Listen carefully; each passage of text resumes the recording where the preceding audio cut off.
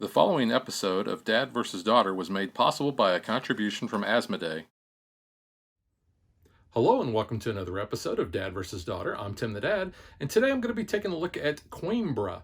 Now, this is a game where we are going to be drafting dice, and then we are going to be placing those out in order to recruit characters into our part of the city. We're going to be sending out our pilgrims on a map in the central part, and we are going to be advancing on influence tracks. So check it out.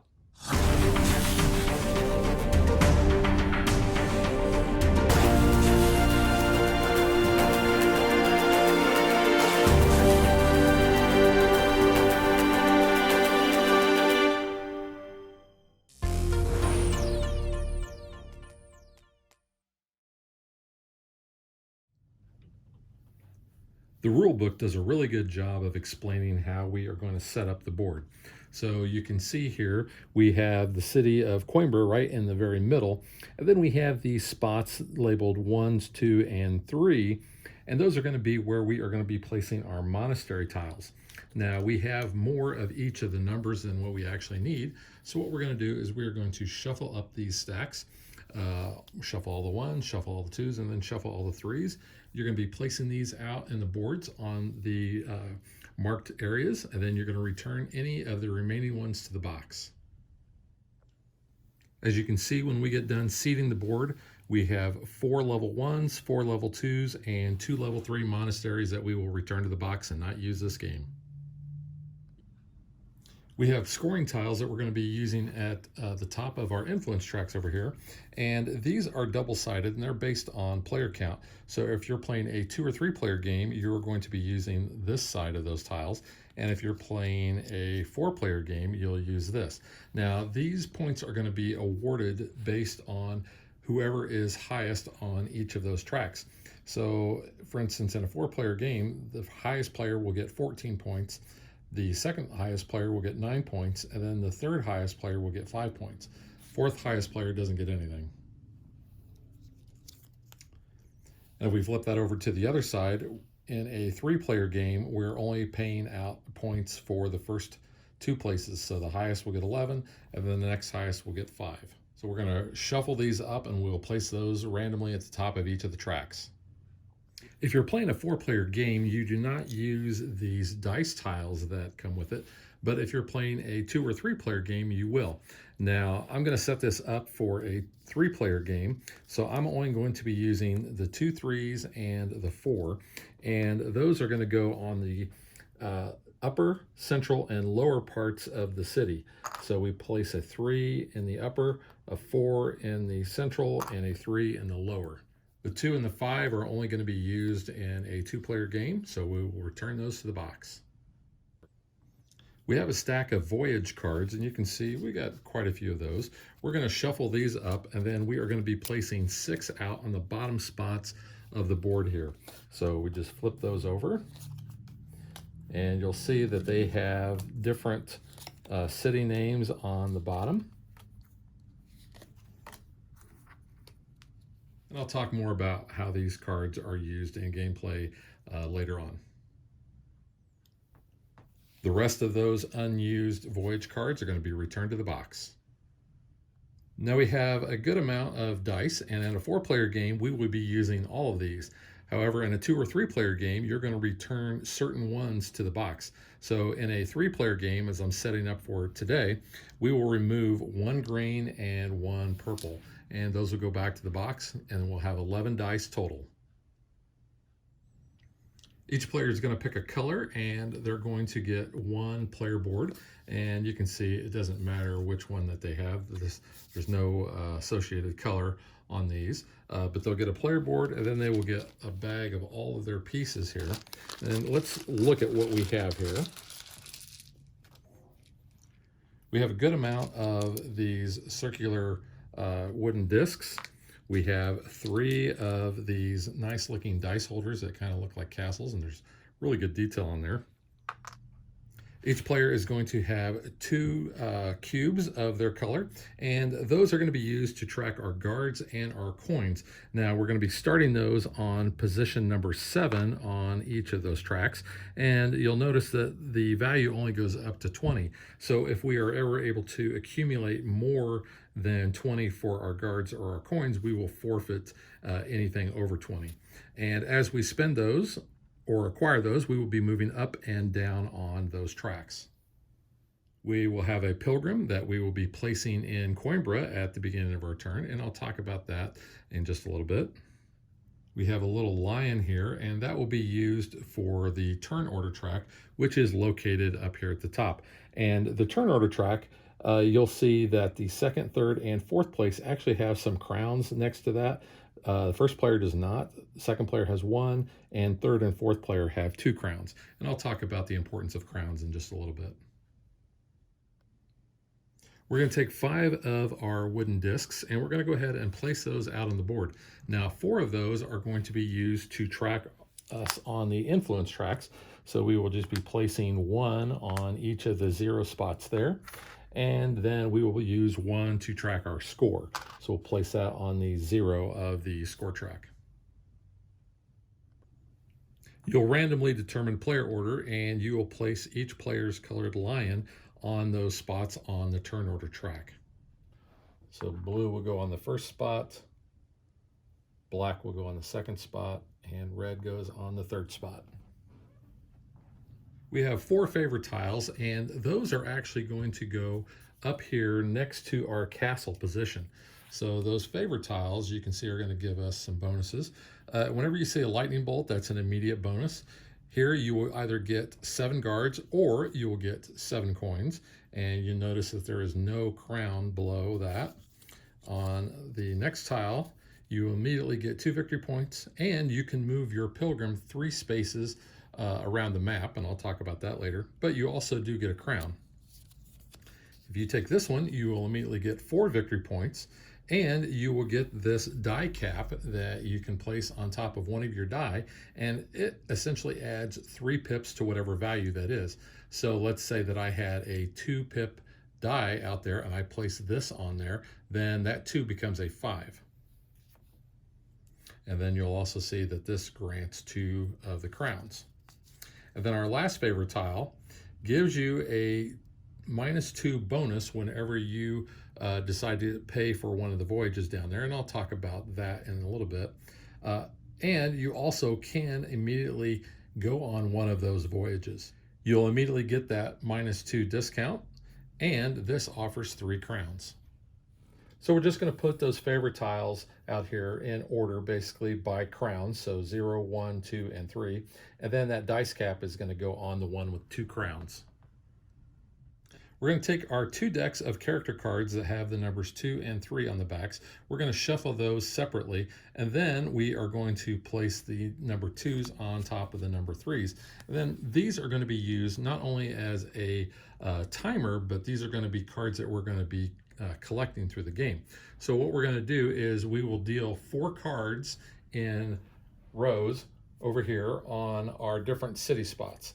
So 4 cards will go out from the upper city, 4 go on our central city, and then finally 4 on the lower part of the city. And you'll notice that we have different colored cards. We have gray, green, orange, and purple, and those correspond to the influence tracks that we have over there. And I'll talk about how those cards are purchased by us and used during the game. We have these 4 crown tokens, and what we're going to do is we're going to be placing those on top of those character cards, and we're going to start in the 4th column, which is the closest to the board, and we're going to go from top to bottom and place the corresponding color on the first card that we encounter. So you'll see we have a gray here, we'll place the gray there, an orange there, place the orange tile there, a purple, and then the first green is back up here. Now, when you take one of these cards during gameplay, you'll also get that corresponding crown token. So that's a way that you're going to be getting crowns. The number of crowns is going to be used each turn in order to determine turn order, and then you will get end of game points based on how many crowns you have at the end. The final part of setup is we are going to be taking those character cards that have the ones on the back, and based on the player count, we are going to be forming two sets of cards. So we shuffle these up, and then we are going to be flipping these over. And in a 3-player game, we will only be placing 3 sets of those 2 cards. And then we are going to be drafting those based on reverse turn order. So in a 3-player game, we'll have 2 cards left over, and those will be returned to the box. And that's all there is to setup. Now let's go through the gameplay.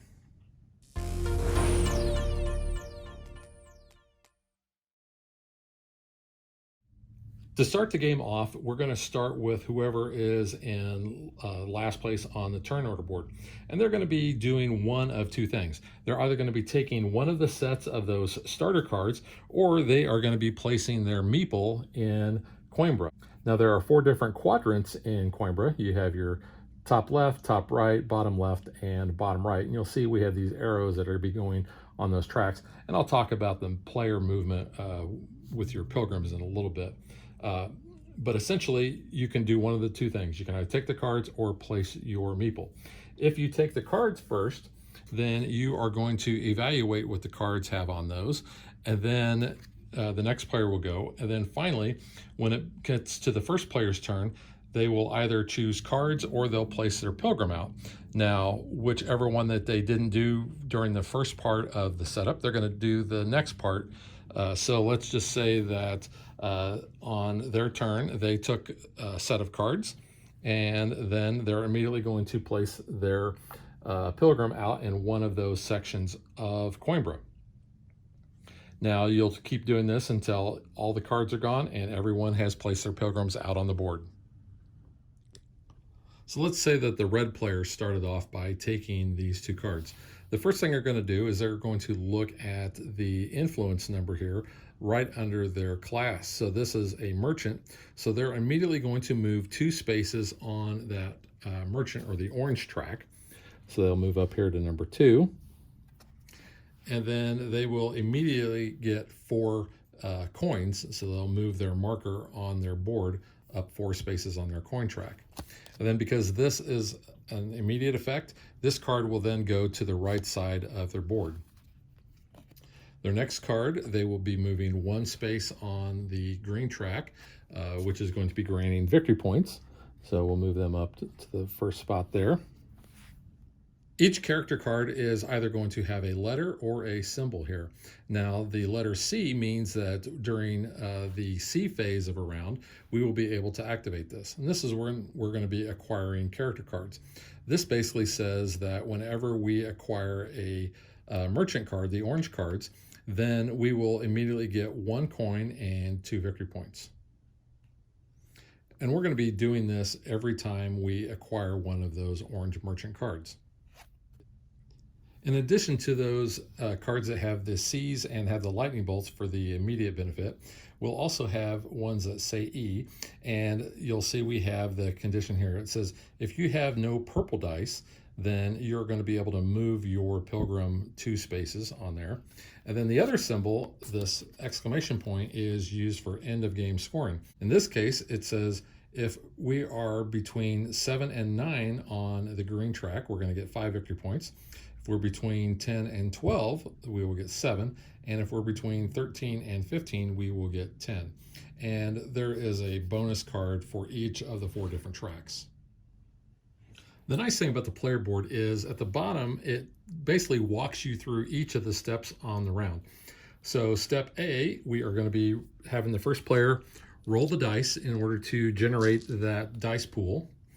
Step B is when we are going to be drafting the dice, and we're going to do that in turn order.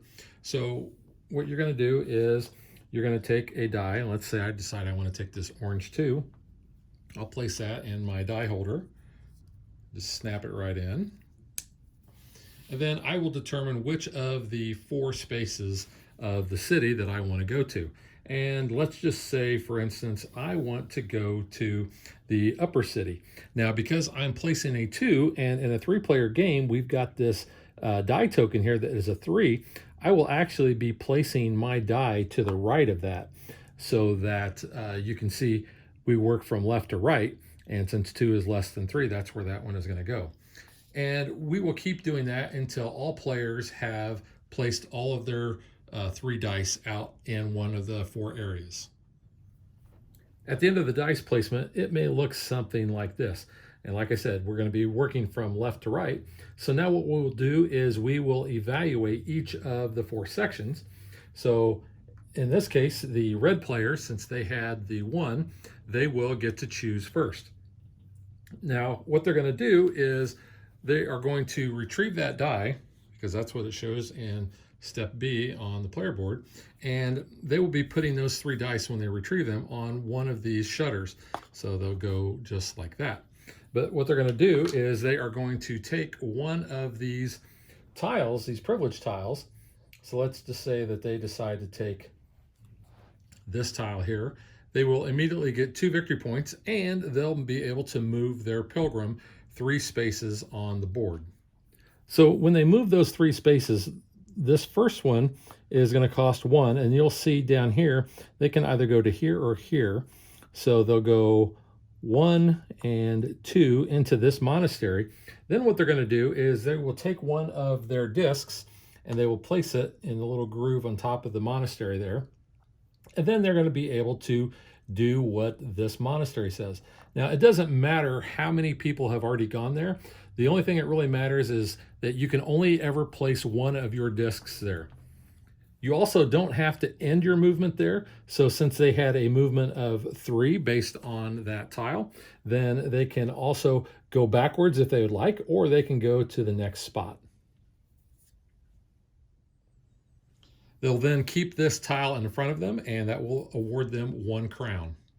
So you'll keep evaluating each of the areas until there are no more dice. So red actually gets to go again because there were no other colors there. So then they would put that die on their shutter on their player board, and then they would get to choose something else. So let's say that they decided that they wanted this. They would either get 7 guards or 7 coins and mark that on their player board accordingly. Then we move down to the next area. Now, because there are no dice that were placed before this, basically the dice token, what is going to happen is we're going to look and see what is the highest value influence on here. And in this case, we have a 1, 3, 2, and a 1. This 3 will then get discarded because it is the highest. Now, if we had a tie here, whichever had the highest and was furthest left, that would be discarded from the game. But in this case, we're only going to discard this card here. And then we will flip that over to show that we've already done that. Next, the black player would go. They would choose a card. Now, when you are evaluating the dice from the city areas, the pip value is what you have to pay. And when you're looking at a card, so let's say the black player wanted to take this orange card here. First thing they're going to do is they're going to look in the upper left-hand corner, and it's either going to be guards or coins, and that's how they have to pay the cost. So if the black player was going to take this card, they would have to pay 2 guards because that was the pip value on the die that they used. Then the blue player would get to go, and they would say take this card here, which is an end of game card. They would put that end of game card in their spot. They're going to pay 2 coins in order to take that. They'll advance on the track. And then they also get this 2 crown token that'll be used when we evaluate who has the most crowns to be the next turn order. You're going to keep going and taking cards, paying the cost, adjusting along the influence tracks until there are no more dice that are left. And everybody will then have 3 dice back on their player board. And it doesn't really matter what order they place them on their board, just to show that they have all of theirs there. If there are any cards remaining after you have evaluated all 4 of the areas, then those cards are discarded because there are some abilities that will allow you to actually get a card from the discard pile. And remember, when we are doing step C and retrieving those dice and getting those character cards, any of the discounts or bonuses that we had from those setup cards, we will take into consideration at that point. The next thing we're going to do is we'll evaluate how many crowns each player has, and we will adjust accordingly. Then what we do is on the E phase, we are going to be evaluating the dice and any of the E cards that we have. Now, when we evaluate the dice, we don't care what the pip value is. We only care about what the color is. So what we do, and you can determine whatever order you want to do this in, when we evaluate these, let's say I'm going to evaluate this gray dice, that is when I'm going to look and see where I'm at on this gray track. Now, for the spots that you have here, you can see 0 points gets you 1 guard, 1, 2, or 3 gets you 3, 4, 5, or 6 gets you 5, and so on. And that's the way most of those tracks work. The higher up you go, the more rewards that you're going to get. So you get guards here, you get money here, movement of your pilgrim here, and victory points over here. Now the white dice is a wild. So that player who has that, when they are evaluating it, can choose which of the 4 tracks they wish to take the rewards from. Again, here is one where the last die that I have is the orange, so I would evaluate where I am at on that orange money track. And then the final part of our normal turnaround is step F, which is where we are going to go on our voyages. So let's take a closer look at those. So of the 6 cards, we have 3, these first 3 that cost coins, and then these last 3 cost guards. So just like you would pay for any of the character cards, that's how you're going to pay in order to go on a voyage. Now, you'll notice that in the upper left, that is the cost to go on that voyage. Again, it doesn't matter how many people have already placed here. You can place your disc on there. And then these are all evaluated at the end of the game. So in this case, for every one of my discs that I have out in the monasteries on the map there, I'm going to get 1 victory point. And you'll keep going through these. They'll have different benefits. For instance, this one is going to cost 8, and you are going to get, you're going to add up the amount of guards, coins, and crowns that you have. You're going to divide that by 2, and that's how many victory points you're going to get. And they do all of these different things. There's some that evaluate how many of a certain card class that you have, how many dice you may have, that sort of thing. So those are all going to be different. But each player is only going to be able to go on 1 voyage during step F. That's why this other card, or this other favorite tile here, allows you to immediately place another one. So essentially you can be on all 6 by the end of the game. I do want to point out that since you are evaluating the new turn order here, from this stage on, you will be going off of that new turn order. So as you are resolving your dice, getting your income, and placing on the voyages, that will be in this new player order. But once we have completed step F, then we are going to start again. We are going to place new character cards out. We'll return any of the favor tokens that we have, and we'll start another round. Once this deck of cards is run out, that is going to be the end of the game, and that will be 4 complete rounds. Once we've played that final round, here is going to be our end of game scoring.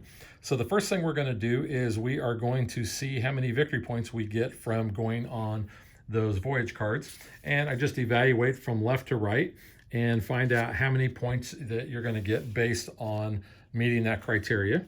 You're going to do that for all 6 of those cards. The next thing we're going to do is we are going to evaluate the points off of the influence tracks. And we're going to do all 4 of those. So as you see in our example here, blue is in first place along that track. So by looking at the token here for scoring, you can see that blue player would get 11 points, and red, being in second place, would get 5. This part down here at the bottom is only used in a 2-player game. In this case, red would actually get 9 points. Black would not get any points because they are tied with blue. And whichever player color is on the bottom, that is the tiebreaker because they essentially got to that position first. So in this case, blue would get 4 victory points. Evaluating the purple track here, blue would be the highest, so they would get 13 victory points. Black in second would get 6. And then here we have a tie. So the black player was the first one to get here. So the black player would get 7 points and red would get 3 points. Blue would get nothing. Then what we're going to do is we're going to look at any of those end of game scoring cards and calculate the bonus victory points there. So let's say that the red player actually had this card. The red player on the orange track is at number 14.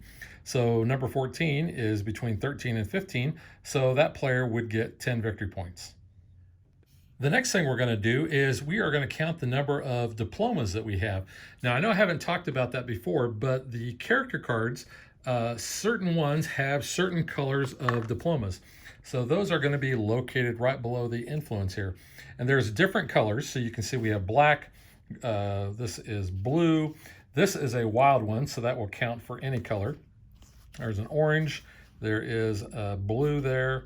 Another black, a green, and red, and a blue. So what we're going to be doing is we are going to be looking at different colored sets that we can put together that are all different. So you can see based on this, I could take a set of, here's a black, a blue, an orange, a wild, and a red. So this would be a set of 5. So I would look here on my board, and I can see that 5 different ones is going to get 12 victory points. Then I look and see how many I have left. So here are 3 different ones. So 3 would get me 4 victory points. And then finally I have 1 blue, and that would get me 1 victory point. The last part of scoring is I'm going to add up where I am at on the guard track plus where I'm at on the money track, and how many coins that I have. Add all 3 of those up. I'm going to divide by 2, and I'm going to get that number in victory points. Whoever has the most victory points wins the game. And that is how you play Coimbra. Now let's get to what I think.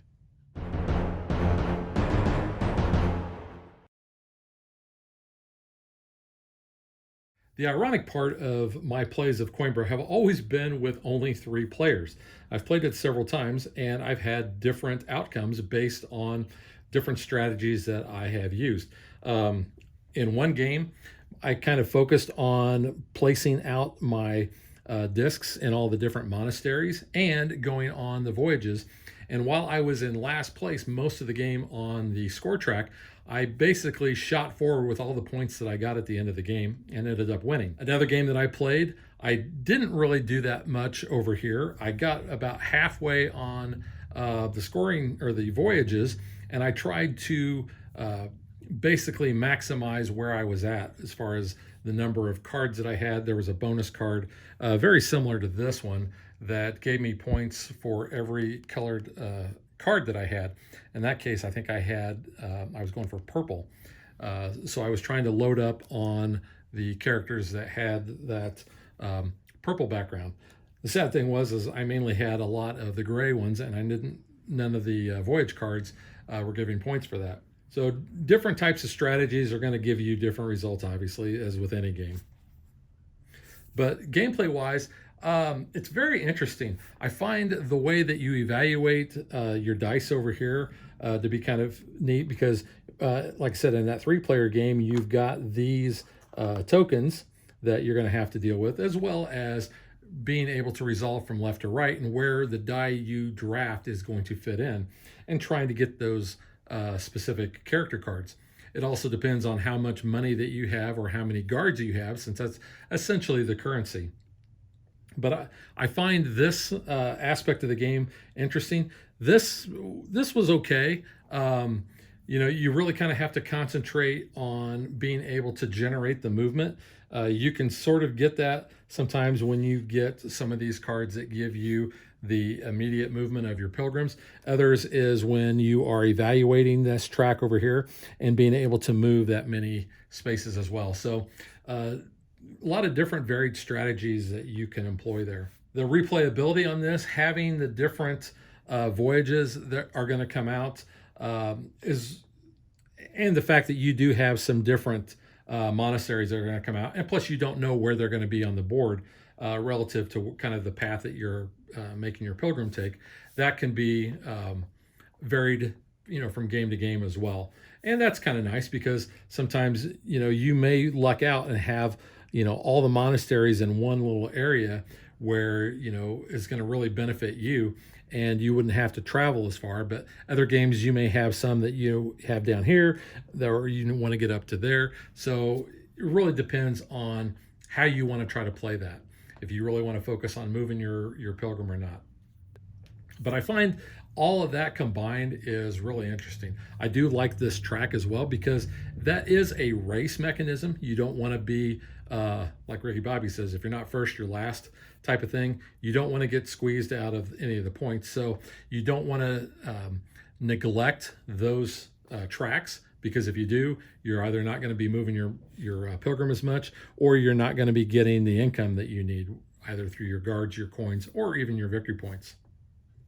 And especially when you get up here to the top 3 spots, you'll notice that the top spot up here, it's going to get you 10 guards and 2 victory points every time you evaluate that.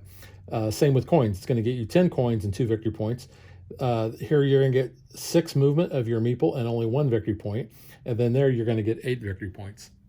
So component-wise, the components are nice.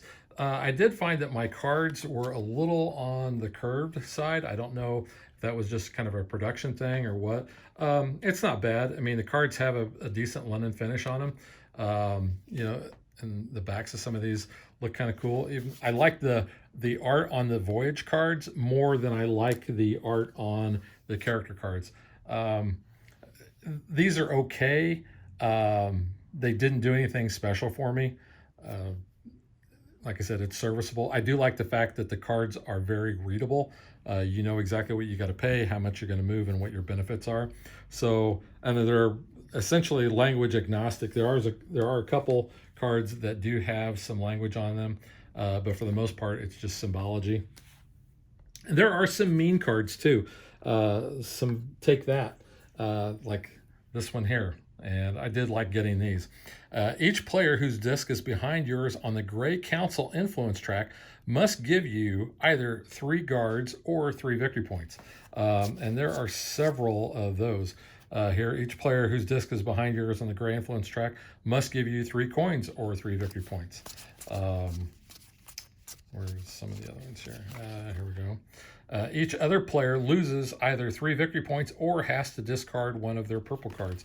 So I do like to take that aspect in the game. I like that a lot in most games, but this has a fair amount of that. So I really like being able to kind of try to zero in on some of those cards as well. I think, the dice are just normal D6 dice. There's nothing really special about them. You've got the different colors, which is nice. These, I actually like these quite a bit. These are nice and sturdy, and I like the detail design on that. I call these my little castles. And the dice just pop in real easy there, and they're not going to move around or fall out. So that's a plus. The other components, these are just wooden blocks, wooden discs. Your little pilgrim, he's just a little basic meeple looking dude. I do like the lions for first player, or for player order. I think these are pretty sharp. And the quality of the board is fine. Nothing special about it. Nothing really pops out about it. But it is a fun game, and it's a fun experience.